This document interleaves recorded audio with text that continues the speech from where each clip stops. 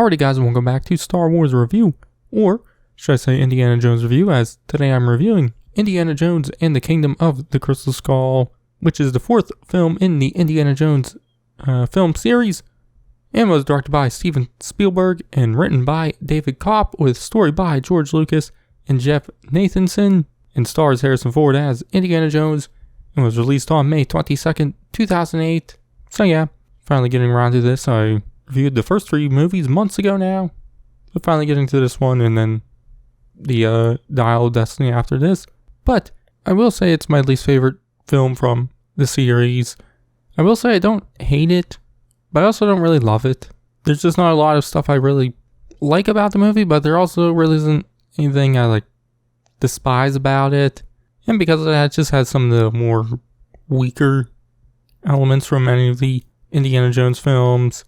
Starting with the supporting cast, I definitely think it's the weakest out of any of the Indiana Jones films. Obviously, I like Harrison Ford as Indy, and that's the case for all the movies. And I liked Karen Allen returning as Marion again and reuniting with Indy. Enjoyed that, and I also didn't mind Cate Blanchett as the villain Spalko, but I don't think we really got enough of her in this movie. But other than that, I just wasn't really into any of the other characters. Obviously, the biggest supporting character in the movie was Shia LaBeouf as Mutt, who ends up being, Indiana Jones' son.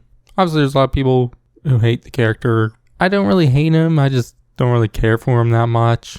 There just really isn't anything I really love about him. But once again, I don't really hate him.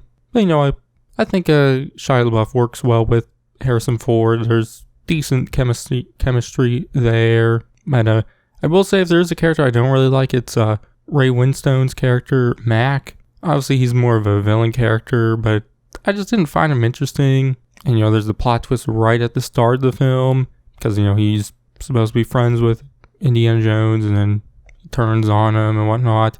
And, obviously, we never saw this character before, and I just thought the plot twist was badly done, and I just don't really feel the history there with his character in Indiana Jones. And then there's John Hurt as Harold Oxley, which he's just there more for plot reasons. I just didn't really feel like there's much of a character there, or, obviously there's backstory for his character, which I enjoyed, but other than that, in the actual current story, he is just kind of there to move the story along and be connected to the MacGuffin of the Crystal Skull. So I just don't think there really was that much of a character there, what I was really into.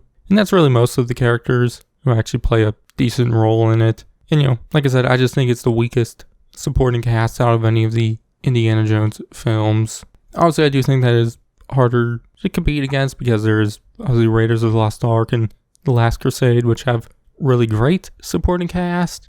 But still, I think it's just the weakest one. But I will say I enjoyed the action and adventuring, I guess, of the film. I thought it had, a solid pace to it and was fun and whatnot. And I do enjoy some of the more over-the-top scenes, like Indy surviving the nuclear blast by climbing into a fridge, and all the other normal tropes you'd find in a Indiana Jones film.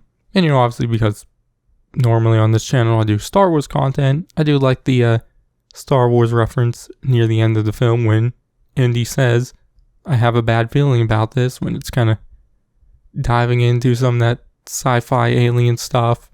So I like that. But one thing I will say with the action adventuring of the film, I do think it lacked in a more defining set piece or big action scene like previous indie films had. So, I just think there really wasn't a iconic moment in this movie. And obviously with big set pieces and whatnot, a lot of that was replaced in this movie with a lot more CGI scenes, which, definitely for 2008, I do think the CGI is good looking and whatnot, but I do think they do kind of overuse it with, definitely when comparing to the first three Indiana Jones films and how those movies, definitely Raiders of the Lost Ark and The Last Crusade did big set pieces and whatnot. It just kind of took away a little in this movie. Obviously, when talking about more of the CGI moments and whatnot, the one I'm not really a big fan of is when Mutt's swinging in the jungle on the vines with the monkeys. It's kind of a weirder scene what I wasn't as into. But, other than that, there really wasn't any scene I majorly disliked there. But once again, there just wasn't one I absolutely loved. So yeah, but I guess going back to CGI moments and whatnot. Obviously, there is the opening of the movie, which, in the first three, there's the Paramount Mountain, and it kind of, faded away into a mountain of some sort, which this one, it kind of fades away into a CGI, it's a mole, not a mole. What animal is it? I forget what the animal is, coming out of a hole, a little hill hole. I forget what animal it is.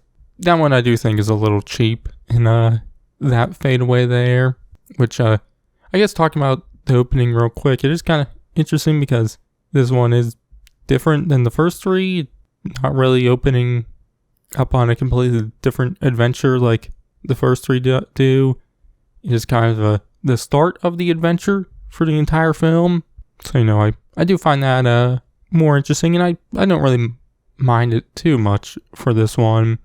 But obviously, like every Indiana Jones movie, there's a big MacGuffin or treasure, which this one is the Crystal Skull, which, I wasn't super into it.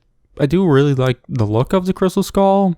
I think it's a cool looking treasure, MacGuffin or whatever. But my overall enjoyment out of it, I'd compare it more towards my enjoyment of the Sankara stones from Temple of Doom than the Ark of the Covenant or the Holy Grail. And, even then I might like the Sankara stones more, but I'm not fully sure there. But I'd say the Crystal Skull, I felt like had the worst, reasoning for Indy to go after it, the worst meaning.